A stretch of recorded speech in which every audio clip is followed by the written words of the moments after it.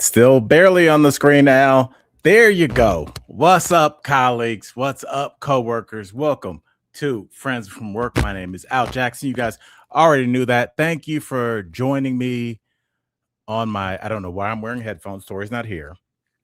Gabriel, I did it. I'm on my weird camera that I'm very, very self-conscious about. I'm more self-conscious about this camera than this picture. That picture is Al at probably circa 1983.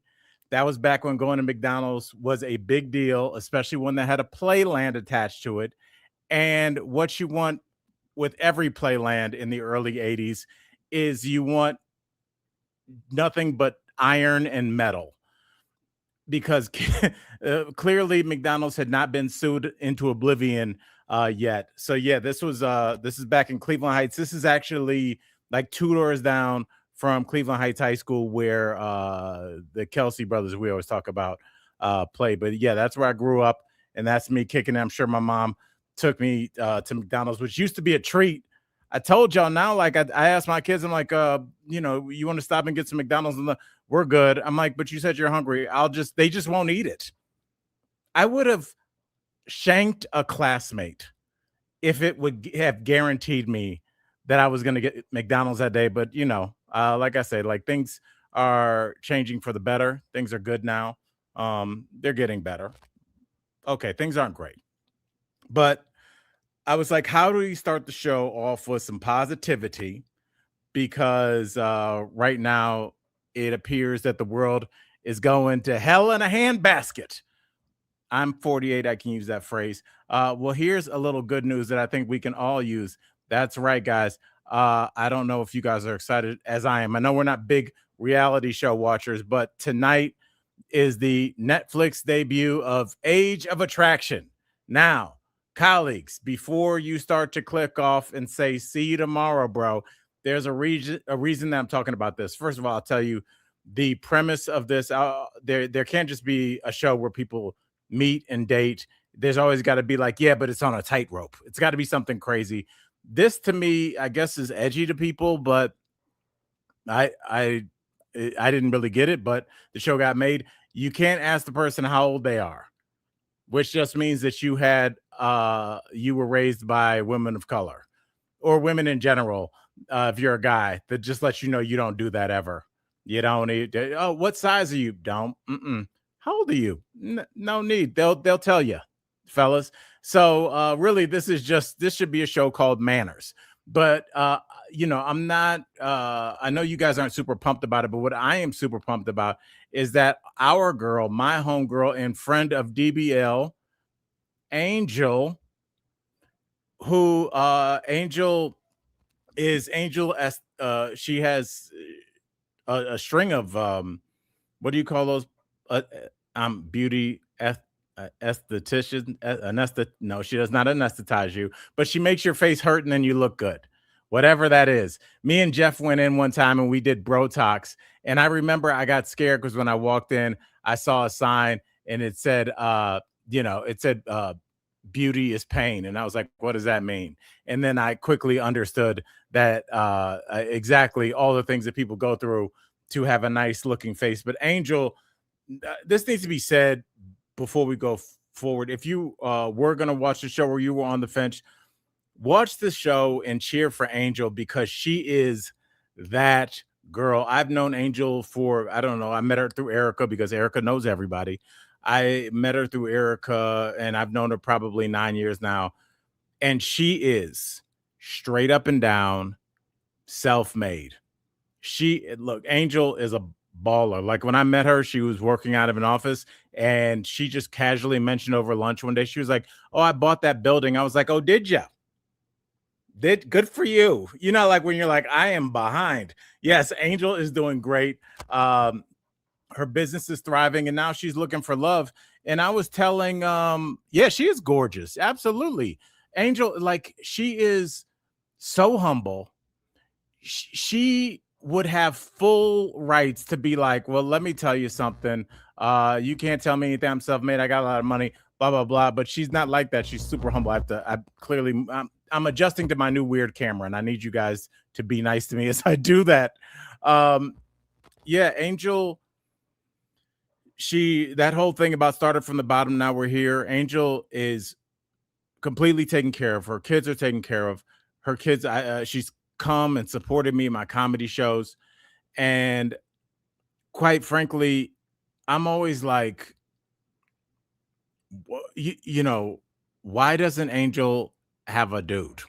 I hope that doesn't sound terrible, but more it's like Angel's a catch, and I say this as her brother from another mother.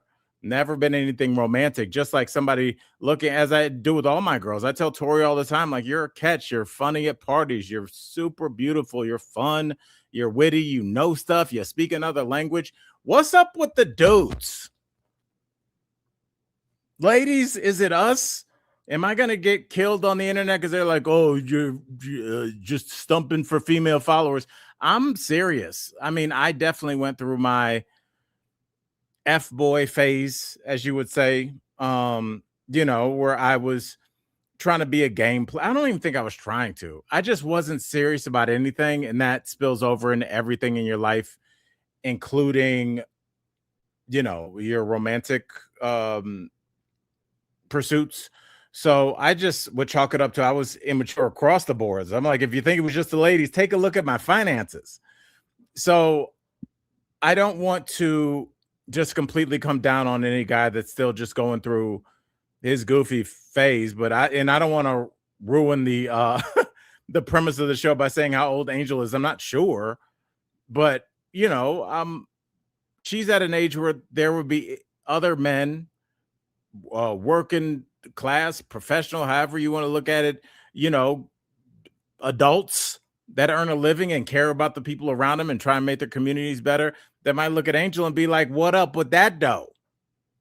So I don't know. I don't have any inside info as to how the show went, but I'm hoping that she did well and she found love. I don't know if you guys, I don't know if there's a big crossover between my podcast with Corinne and my DBL audience, but we did 200 podcasts, and of those podcasts, I would say that Corinne talked about never being able to find love for 150 of them.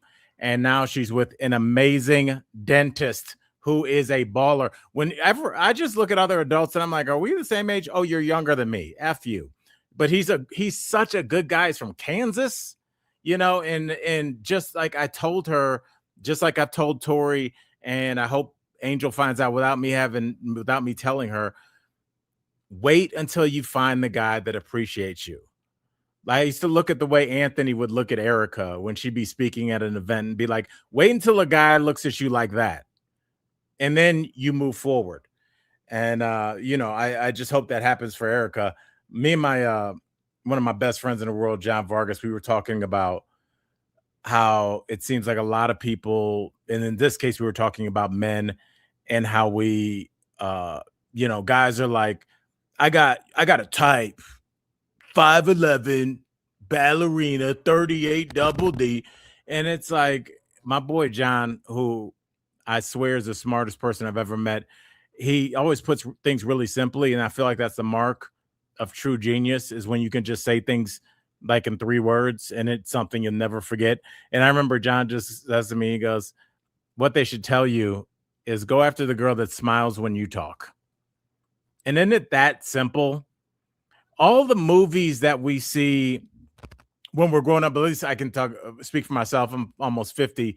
So I grew up watching those 80s movies, and the whole premise was always like, there's a nerd. He likes the cheerleader. He's going to have to join the football team or like learn how to do karate. And then she'll see that he's a real man and, she'll choose him. I'm like, nah, dog.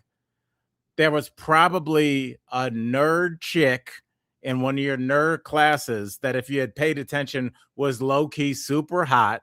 She laughed at all your bad jokes, and instead you focused all your time on some cheerleader whose friends you would hate and they would hate you, and you're trying to force something that doesn't work, bro. That's why none of those 80s, remember Lucas? I remember Lucas, I think it was young Corey Haim, rest in peace, where he joined the football team. And on the last play of the game, he runs across the middle where you should not be. Those are where the gigantic linebackers are, the biggest men on the planet, literally. And they're waiting to get a running start. Corey Haim, Lucas catches the ball, and he gets lit up as he should have because he shouldn't have been on the field. He should have been at some Dungeons and Dragons tournament getting ready to hook up with a little goth hottie. I don't even think goth people play Dungeons and Dragons. Maybe I'm just lumping everybody into one. But yes, I don't know why I got off on a rant, but this does make me think about my old days. I was on a dating reality show. I think some of y'all, the old heads in here, know I was on Blind Date when I lived in Miami. It's still on YouTube. I don't want to talk about it. If you want to go look at it, do it after the show, please. I do not. I refuse to go back and look at it. But yeah, it's and if you don't remember Blind Date was that dating show where you'd be on the date and bubbles would come up and about what the person was thinking. And you know, Al is thinking, let's pay for these drinks and go back to my place. They'd be like those kind of like little bubble thoughts. The reality with my blind date. So if you go back and look at it, I'll give you a little background. I was living in Miami. I was still partying my face off. This is young. Like when you think about LeBron James in 2009, the way he moved up and down the court and could run and jump and dunk, that's how I was with partying. I was kicking it and I was having the time of my life. I was still a teacher. I think maybe I done stand up maybe once at this point. And what I used to do is me and my homeboy, Greg, that lived in Miami, he's a firefighter now. We used to just go out to the clubs. This is back in an ancient time, y'all, where people just used to go out and have fun. Yeah, no apps, no nothing. Just me and Greg. We used to go out to Fort Lauderdale to a bar called, I forgot what the bar was called, but I remember it was called Thong Thursdays. That's right, guys. You're in the presence of a man that has been to enough Thong Thursdays to lose custody of my children. But yeah, we used to go. They used to drinks in plastic cups. What's up, South Florida? Shut up. And people would just be there. It was like I didn't think about it at that time because yes, Miami had exclusive clubs, but even the city of Miami was very accessible to like regular. Me and my boy, we both worked, for the city, and both still went out every night, had a good time. Things were affordable. Some places more expensive than others. But yeah, we should just go out and just hang out with other people. And now I don't even think that happens. I don't know. And I'm not trying to be that old guy, but I do talk to younger people. And I'm like, do you go out to clubs? Okay. And I just saw the comment that I plan to match this sweater with the wall. You threw me off of what I'm saying because I kept trying to read that. And that's why I shouldn't have. That was so funny. Okay. Listen, who wrote that? Because before the show, I'm panicking because I'm using this weird camera. Oh, Sarah. Okay, thank you. That was super funny, and I will laugh about that for the rest of the day. Yeah, I was getting the house together, and I was like, should I take off this dad sweater? I'm like, I'm real comfy right now. And next thing you know, I'm chameleon and with the wall back there. But yeah, we just used to go out and have a good time. And I wonder if people will get back to that now that people on the apps are starting to kind of have dismay with the results they're getting. Really quickly to wrap up my blind date story, I went out with Greg to our dive bar where the bartender that was taking care of us was openly on meth. I didn't know what meth was. I just knew she was on a drug, but that wasn't weird for Miami all day. And just like she would pour heavy and just like hit, because I told you guys, Greg looked like a model. So she'd just be like, you two effing black guys, you're so effing hot. I do a black guy. She was like a biker chick that like lived through the 60s. So she just is like wrinkled and cigarette chain smoking while she served you. But you know what? It was a great bar. And it had 2 happy hours. If you want to know how they rolled, they had happy hour from 6 a.m. to 9 a.m. for all the people that work third shift, like nurses and construction workers. And then they had happy hour from 6 to 9 for all the drunks like myself. So I went to the 6 to 9 happy hour. I got hammered, so drunk that I had to leave my car at the bar, which is a big deal back in the day, before Uber, because that was a real big headache. You had to call a cab there and back. It was real bad.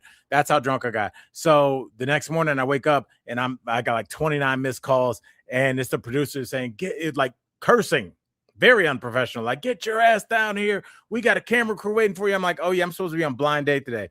So I go down to Miami Beach where the shoot was, about 20 minutes from my house. I get there. I am so sick. I had a hangover that could have killed a charging rhinoceros, like one of those hangovers you tell your grandkids about.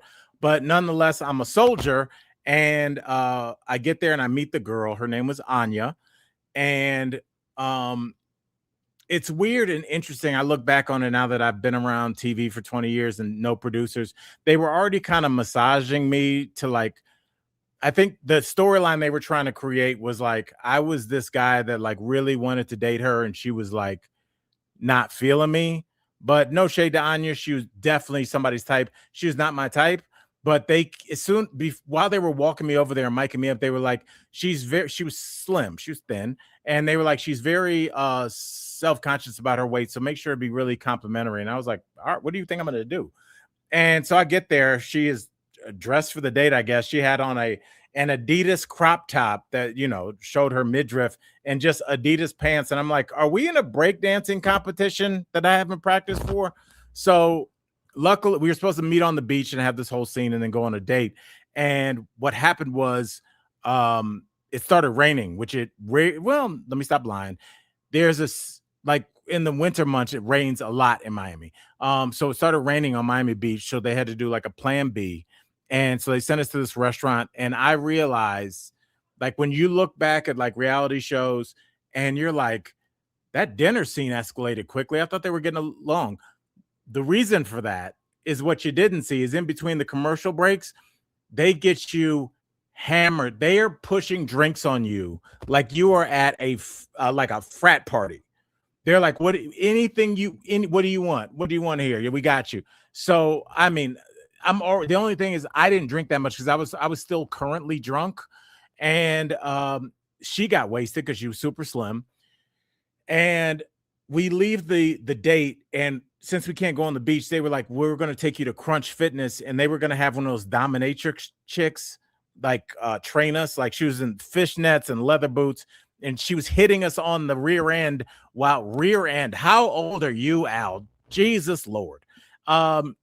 But the only thing was, I was in decent shape, but I was so hungover and I could barely do any push-ups. And she was making fun of me. I'd be like, if I wasn't still drunk, I would show you a thing or two. So anyway, she's hammered, and she just starts going in on her grandmother, who I guess she lived with. And the cameras are just on, and I'm just listening to this girl just like MF her grandmother. And it was very weird. And then the show ended, and I didn't think about it until I was a waiter at a Thai restaurant, and this black mom and her daughter walked in, and I was like, table for two, and they go, we just watched you on blind date. I was like, oh my God. That's the end of my blind date story. So it does kind of lead us into a story that I did want to get into, and it's not Age of Attraction, but it is dating reality show adjacent.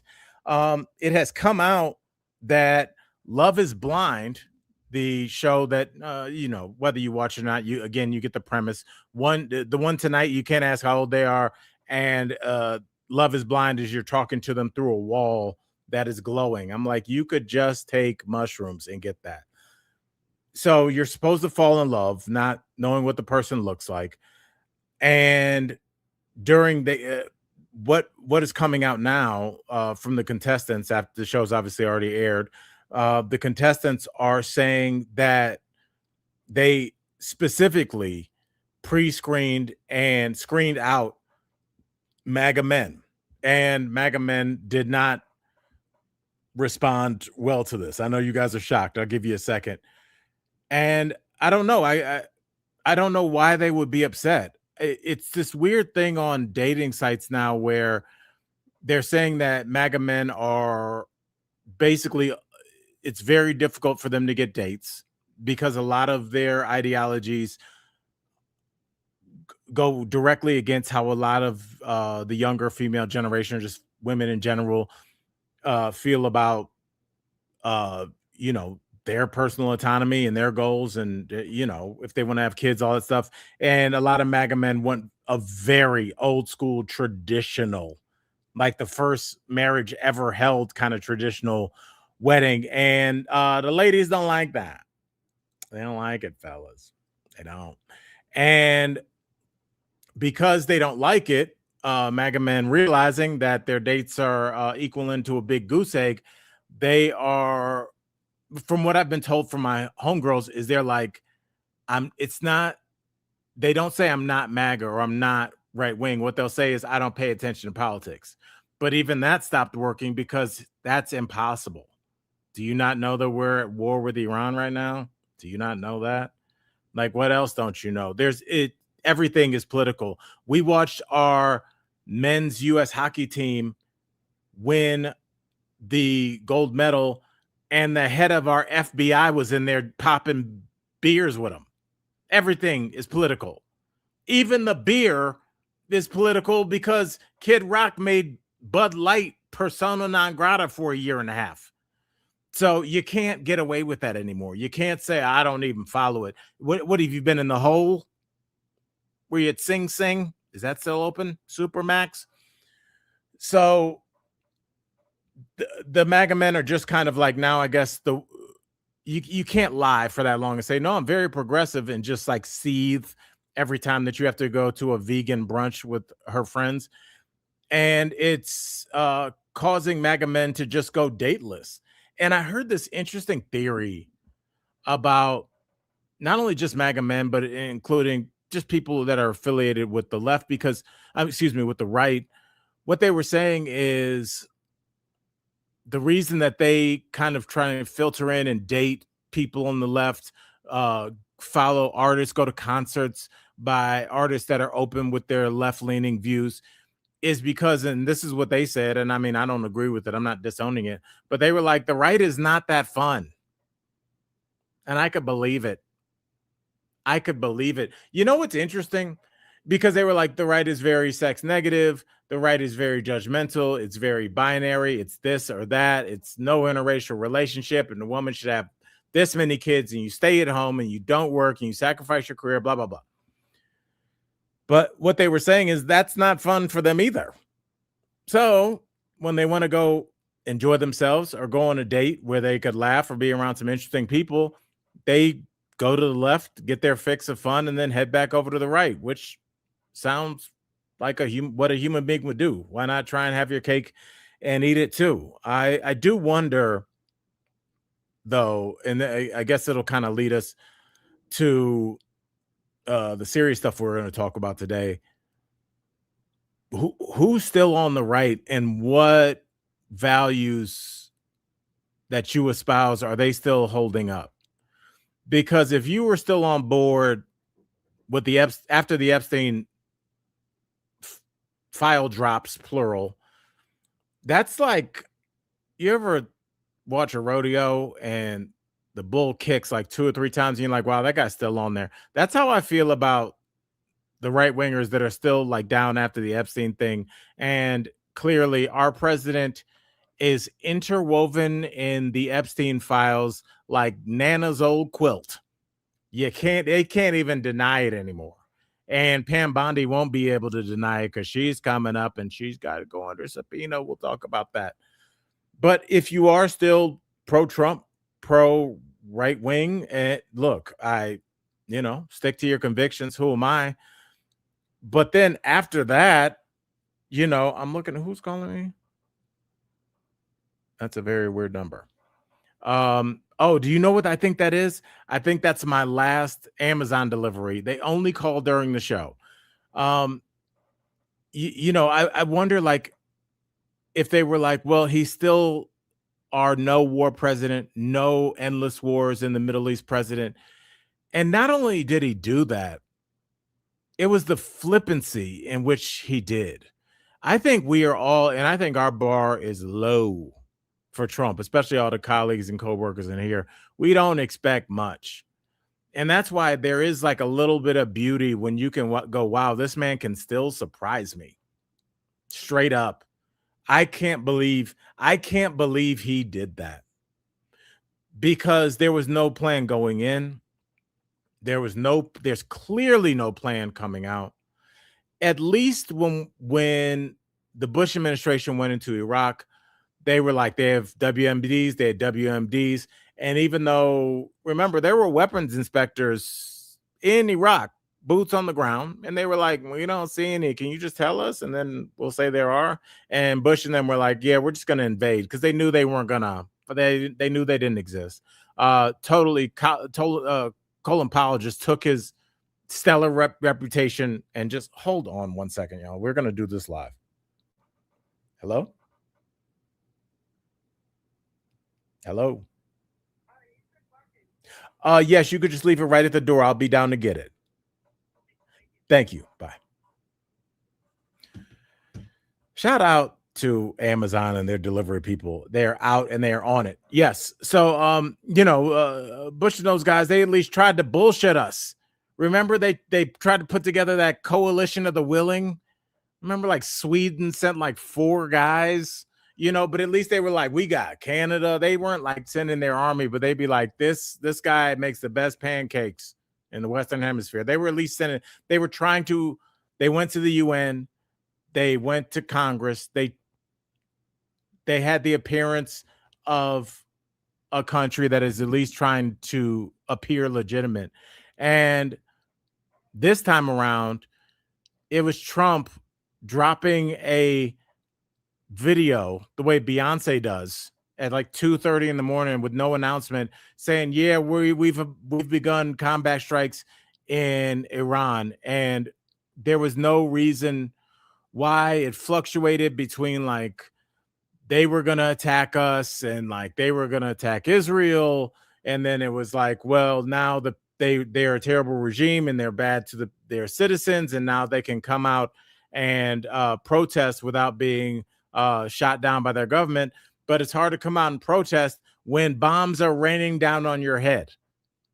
I don't know that much about protests, but I know that's true. And so none of the things that they were saying were making sense. And now they've just stopped saying it. Today, the New York Times reports that the USA, and we all knew this, was officially at fault for the accidental bombing of a girls' school that killed 160 little girls plus. I'm not even sure if 160 is the exact number. And I don't even know if it matters if it was accidental. That's how it happened. That's how terrible it is. That's why you don't go firing off missiles into densely crowded cities, because that's what's going to happen. Oh, it's an accident. I'm sure their parents will be like, oh, it's an accident. Why don't you tell me? And not only did we shoot a missile and hit it, we did a double tap. We circled back 40 minutes later and we got grieving parents and paramedics as well. So well done on that. Before I go forward, I will say this. Now, I wanted to get your thoughts on this, colleagues.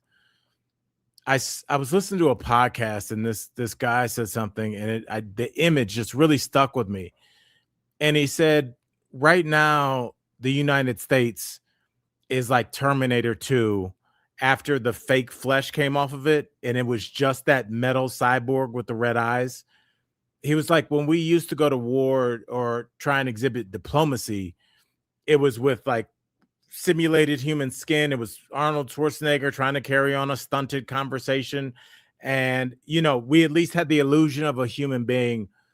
But now after Epstein and the lack of investigation, and we're going to get to that as well, that we've shed that fake human skin. We fake trying to talk. We don't have a hairline anymore. We're just walking around on a mission of destruction.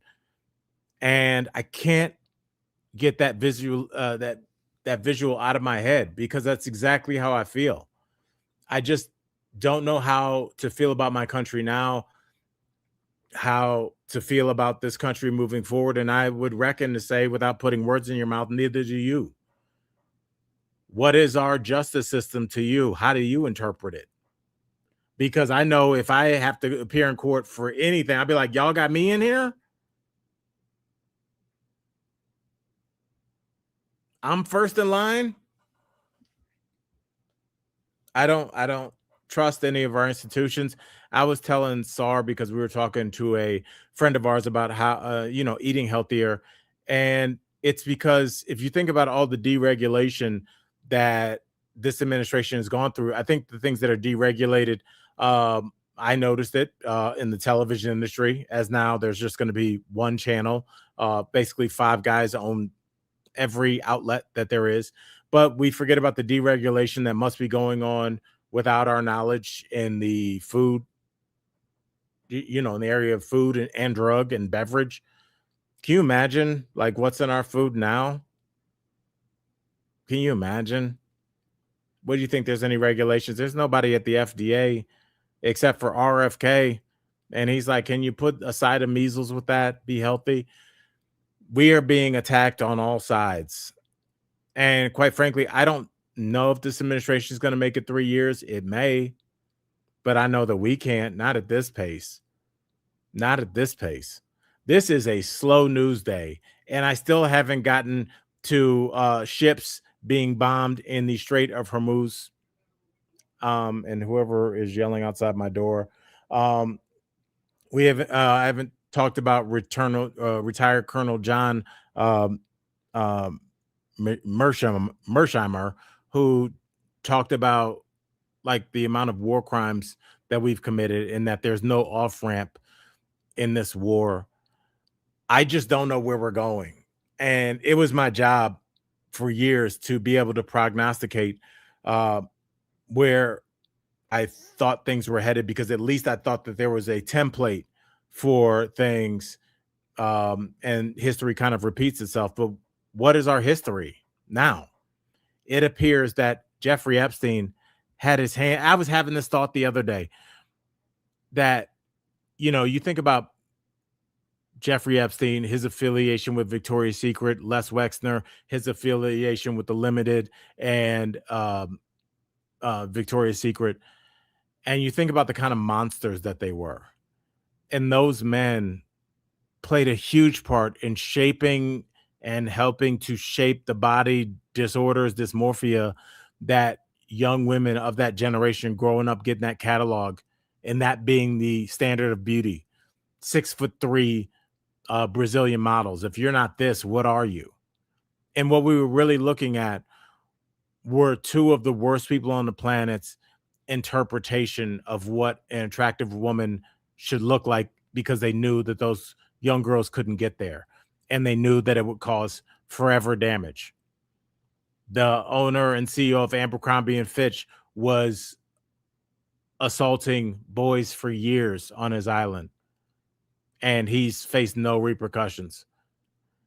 Nobody has faced any repercussions, and I don't know if there is precedent for a country being able to move forward if no one faces any repercussions. The Nazis faced repercussions. That was the Nuremberg trials.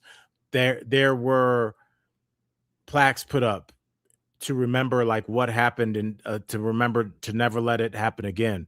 What does our country do after the Civil War? Years, decades after the Civil War, we put up statues, not plaques, that say some really terrible stuff happened in this valley or this forge. Let's remember how much blood was shed and how this country nearly came apart over something as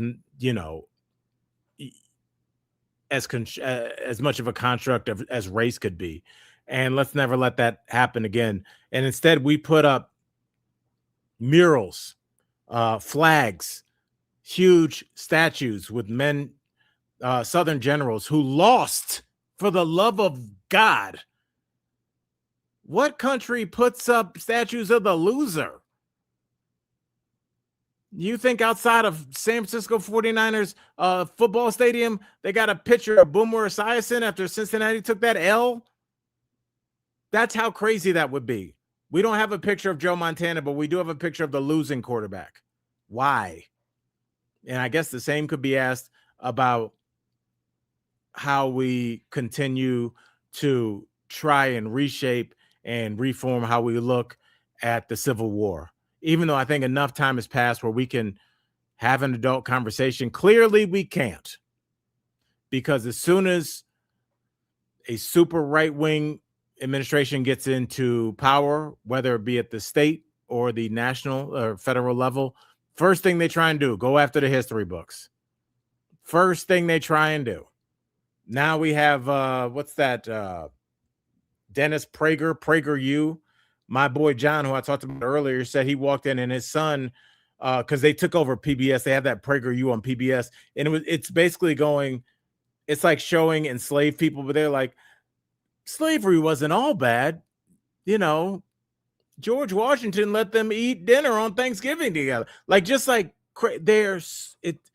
This country has never been able to reckon with its sins, and we still haven't had a real discussion about what happened in Vietnam. Won't even discuss Korea. The only reason people even know the Korean War is because MASH was, I believe, set, that MASH before my time, was believed set in the Korean War, even though obviously it was clearly about Vietnam. There has to be a point where we grow up, and I know we're a young country, but we just start to address some of these things. You know, what was done to the indigenous people in this country, what was done. I don't remember ever in high school, ever hearing about internment camps, concentration camps, Japanese concentration camps that we had in the early 40s during World War II, American citizens that were thrown into internment camps based solely on where they were from. And if only history repeated itself, here we are. Here we are. Currently, this administration is trying to buy warehouses for people. Warehouses for people. Warehouses that used to store tires and shirts and jackets. They're now going to have mothers, sons, daughters, and husbands. Many of them separated. I saw Tim Walz being interviewed yesterday, and he was saying there's still a number of young Hispanic children from Minneapolis that are unaccounted for. Still, we now know the kind of world, the kind of country, the people that we're surrounded by. We're surrounded by a lot more child predators than any of us have ever wanted to admit to ourselves, colleagues, because for the most part, all we know is us. We don't know people that get up in the morning and drive real slow past elementary schools. The tougher question is, if you wanted to have access to children, and you know it's illegal, at least for regular people, is there an organization that you would join to maybe have unfettered access to said children, and access to children that clearly, besides their parents, people wouldn't miss? They didn't take little rich white kids. They took some poor ones, as we saw with the Epstein. That's where race and class always get crossed up. They targeted. I'd lived close to that area. I performed very close to that area where Epstein was originally located in West Palm Beach. There's literally a sky bridge that you go over, and you go over from like working class West Palm Beach into, because I did a gig there, and it's so interesting, like segregation. You always think of it as like the 50s and 60s civil rights, but segregation is also financial. It's mostly at this point financial, because I've been in that area 50 times, and I had never even really glanced over to see that bridge. And to go over that bridge, when you see those kind of mansions, we're not talking about McMansions. We're talking about mansions. We're talking about them kind of mansions. And what they would do is they would go right over the bridge, and they would go pick up one of the common folks' kids, And the parents would complain, people would say things, and the police would be like, I don't know. He bought us all new police cruisers, so what's up? Um, yeah, but back to Minneapolis, like the people that have taken these kids, shouldn't this be a bigger deal? Shouldn't we see a few articles a day helping to track these people down? Shouldn't be the people that took these kids be responsible for returning them normally? But that goes back to my original point. Nothing is normal now. Nobody, I remember like they would break into programming if like some kid in like the 80s fell down a well or something. It'd be live coverage and people, it was like the whole country came together and they were like, let's do something about this. This is awful. Remember how everybody, even as recently as like, remember Balloon Boy, when that family lied that their kid was in that balloon because his dad was a weird guy, and everybody was following this kind of homemade giant balloon that they said that their 4 or 5-year-old was trapped in. It turned out to be a hoax. I think he went to jail, but they broke into programming. We have kids missing now, and we know who took them, and they're like, I don't imagine feeling that comfortable that somebody could say, you were the last known person that had custody of this person while you were at work. Where are they? I don't know. Who'd you give them to? Some dude. No further questions. And until we have accountability, not just for the low level criminal white nationalist scum that put masks on like cowards and pushed old women to the ground, pushed old men to the ground, shoved reporters, sprayed chemical irritants into people's car vents while they had babies in there, while they had their kids in there, shot these people, shot them in the face, shot them in the back. Until we have accountability for them, and then we move up the chain, because I think we all learned our lesson with January 6th when you just put the minions in jail. Do we need to learn that lesson again twice in 3 years?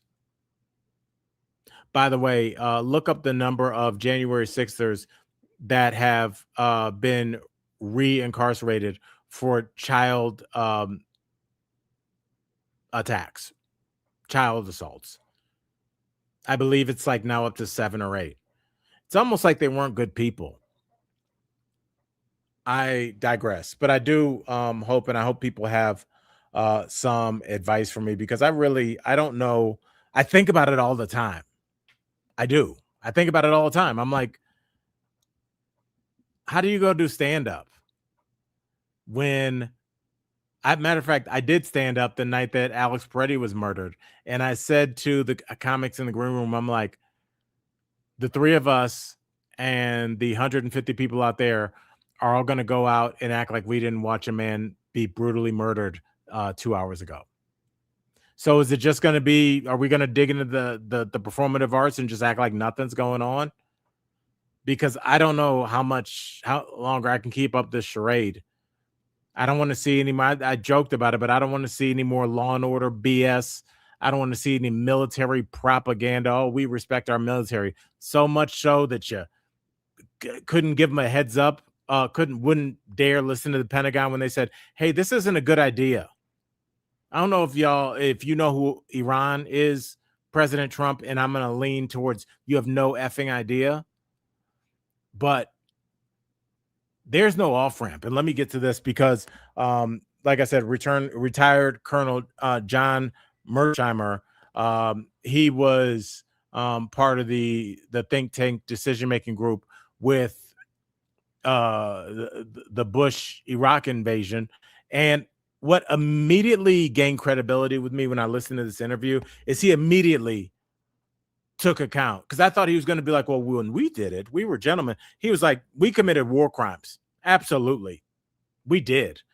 And he was like, the Trump administration has committed more war crimes in the first week and a half of this war than the Nazis did. Those are his words. I mean, because when you kick things off, first of all, with not declaring war, and second of all, targeting a civilian location. I know they said, well, we made a mistake. I don't, what? All right. 160 girls dead. I don't know how the world will view us after this. I don't know how I will view us, but I don't know when after this is. Do you? How does this war end? Again, if our president had done any research, he would know that this isn't Venezuela. This isn't a country that has a top-down vertical uh power structure. You see that a lot with the mafia. They got, the big boss, the Don, and then he's got his lower level guys. But if you remove the boss, kind of the whole crime syndicate falls apart. Iran has more of a horizontal power structure where if you remove one, a lot of the other ones wouldn't even notice. They all have kind of similar objectives, but different targets at different times. It's totally random. And guess what? We've been sanctioning Iran for a long time. And for as much as that must be an incredible hardship to them, guess what? Iran is like, we built for this, dog. All right. No food comes in. That sucks. Cool. They've been living like that. We've been over here watching Age of Attraction and air conditioning, talking about why isn't my DoorDash here? Who's more built for the long term? Because whether our government wants to say it or not, we can't fight forever. We do not have the munitions for that. There would have been a period of time where we could. Do we have some pretty nasty weapons? Absolutely. Do we have nuclear weapons that I don't even want to bring up, but those have already been used as a potential off-ramp because they know. Oh no. We punched a guy at the bar that used to be a kickboxer. And we already hit him like, we go in there, we go in with the myth that this was about regime change. And what we did in changing that regime was we killed the Ayatollah and we replaced him with his son, who's 30 years younger. His son's 56 years old. And he's not just a regular son. He's the kind of son that Marvel would write an origin stories about, because the United States killed his father, his father's wife. They also killed his wife, and they killed one of his kids. Yeah. You think he's going to be done fighting anytime soon? Do you think? We have messed up. And when I say we, they have messed up in a way that only incredible arrogance can allow you to do. That means no research. Who lives in the region? We'll just bomb them. Well, are they our allies? Because different people live in a gigantic country, different ethnic and cultural factions, Kurds, Sunnis, Shia. Did you bother to learn where they are, who supports us? Maybe after we bomb them, who used to support us? These are all things you do before you start a war, and then you don't start it. But here we are, because there's always been this built-in thing, at least in my memory, that I can remember with George Bush. I go with my gut.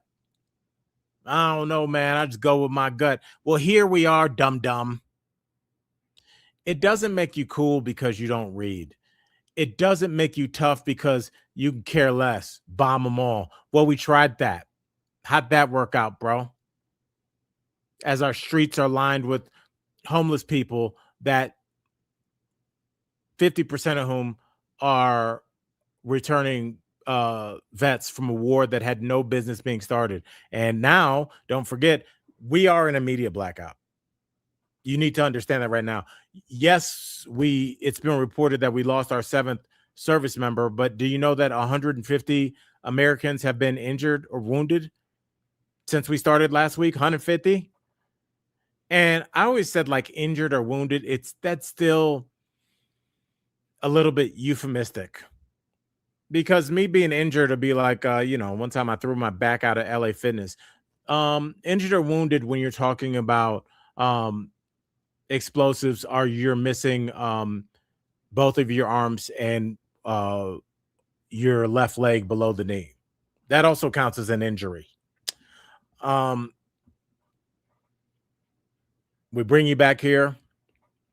We give you standard care at the VA,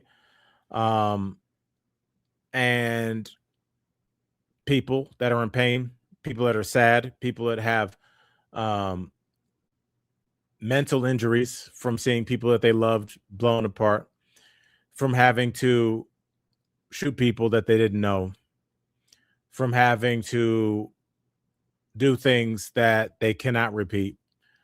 They then come back here and they get hooked on drugs, heroin, any of the drugs that kind of take the pain away. And then those same right wingers that shove them with two hands in the back towards war say, look at these downtown streets. Bums don't want to work. This is not a sustainable path that we are on. And if there is a silver lining besides my girl Angel being on Age of Attraction tonight, it's that this is the first time in my life that the right wing was from day one like, hell no, no, no, no. Unfortunately, that didn't result in them abandoning their party. And again, let's close out with how we started. What are you clinging to? The fact that they started a war that they said that they wouldn't, or the fact that you know they are implicated heavily in the largest child sex trafficking ring in modern recorded history? Or is it gas is high, or that they lied about food prices coming down? Which one of these things do you support? These aren't things that can like be fixed quickly because uh, colleagues, let me tell y'all this. Oil is about to shoot up. Michael Dean popped up that picture yesterday, the Strait of Hormuz, which I don't, of course, I don't have it in front of me, but there's a part where obviously there's a very thin part. Is that the Black Sea or the Arabian Sea? I don't know. I might be way off. But all the ships taking the oil out have to pass through a strait, and half of that strait borders Iran. Is that something you should have thought about? Maybe. Well, they should have, because guess what, guys? The Iranians are laying down mines, thousands of them, in the water. So now boats not only don't want to pass through there, but they absolutely shouldn't. And let me pop this up here. Let's end on one more horrifying picture. That's the other thing. I can't see my freaking thing. I'm gonna stand up. I have no shame. Here it is. Okay. Is that it? Did I get it? No, that's Angel. Here it is. That's still Angel. This is getting creepy, Al. Oh, yeah. That's what it looks like when you try and pass through the Strait of Hormuz now. They've hit 3 ships, and they're going to make it very difficult for anybody that's ever done any business with the United States to get cargo or any thing that we may need to keep our country going. And they have complete control. What are you going to do? They own that border. And so I wonder, as oil prices soar, as the cost of goods soars, as the cost of imports soars, are our right wing brethren and sister gonna still hang on? At some point, does it hit you like maybe these people don't have my best interests in mind, after they've gone back on literally every promise, after half of our cabinet is in the Epstein files. Let's not forget about, Matt Gaetz down in Florida. He was credibly accused of, trafficking minors.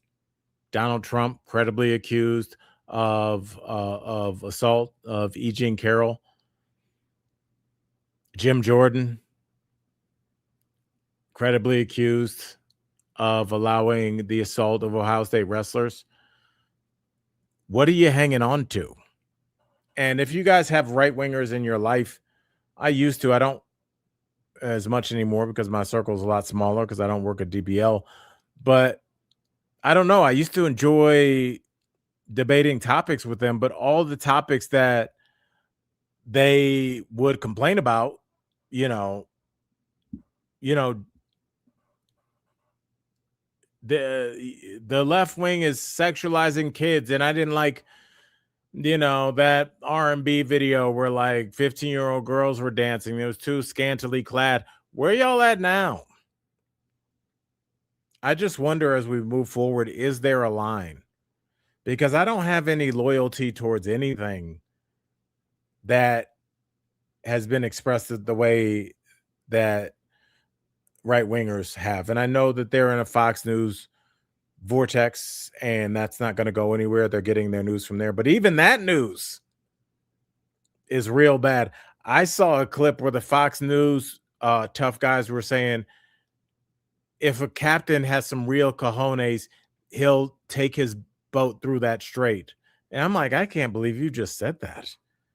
Like, the balls on these New York City metropolitan news anchors reading off a prompter saying, get some balls and go through a strait in which people are going to be taking pot shots at your boat. These are also the people that were vaccinated. And we know that because they were sitting next to each other, and New York City had a mandate that you had to be vaccinated during the COVID pandemic that told their followers not to get vaccinated, that, it was a hoax or whatever. They told them that, knowing full well that they were vaccinated. They had to be in a building in Manhattan. Man, the city ordinances don't care how right wing you are. They said they got the vax and went straight to work. Like, don't get it. They lied about the election with Trump. Paid what? $800 million. Embarrassing. Caught in a lie. I don't know. There's a part of me that's like, man, it's a great fan base if you can get it. I don't know. I've never seen anything like that. I don't know. It's just like people leave cults. I ain't seen none of y'all really try. They just like, right, shut up. So I don't know. I guess it proves that like misogyny and bigotry and closed-mindedness are just more powerful than like I'll ever know or understand. I don't have an allegiance to things like that, but like apparently they do. And it's not even like an allegiance to the United States of America, because then you wouldn't be sending American troops over there. But I do want to say I appreciate y'all listening to me vent. I didn't even get to the Epstein connection with JonBenet Ramsey, the Ghislaine Maxwell connection with Madeleine McCain, the Epstein Zorro Ranch just now being cleared to be investigated. Do you think they had enough time to get stuff out of there that they might need to, things out of the ground? The corruption is layered like a Neapolitan ice cream cake. They're just like, where do you start? Where do you end? This country is so broken right now. I don't feel broken because I got y'all colleagues, and I hope you don't feel broken either, because there's a bunch of disgusting PDF files in Washington, D.C. can't dim our shine. So remember that we do have a job when we go out there, and that is to project joy and love into this world, because damn it, we need it right now. But speaking of love, I'm going to go pick up little baby Sarsar, and then I'm gonna go straight with her to a hair appointment. Yay, jealous, I know. And she's gonna get her hair did, and then we're gonna hang out and watch our girl Angel on Age of Attraction. So you guys check it out. I know that we will talk about it briefly tomorrow. Obviously, Tori will be back. Colleagues, I love you guys, and I appreciate you riding with me through these solo shows. It's really more of a therapist session. I'm gonna start doing these on the couch, laying down, and I'm gonna do it in a matching sweater to the couch, just to be spiteful. I love y'all so much. Thank you for riding with me. On behalf of Tori and Michael Dean, this has been Friends from Work, colleagues, co-workers. You know how we do.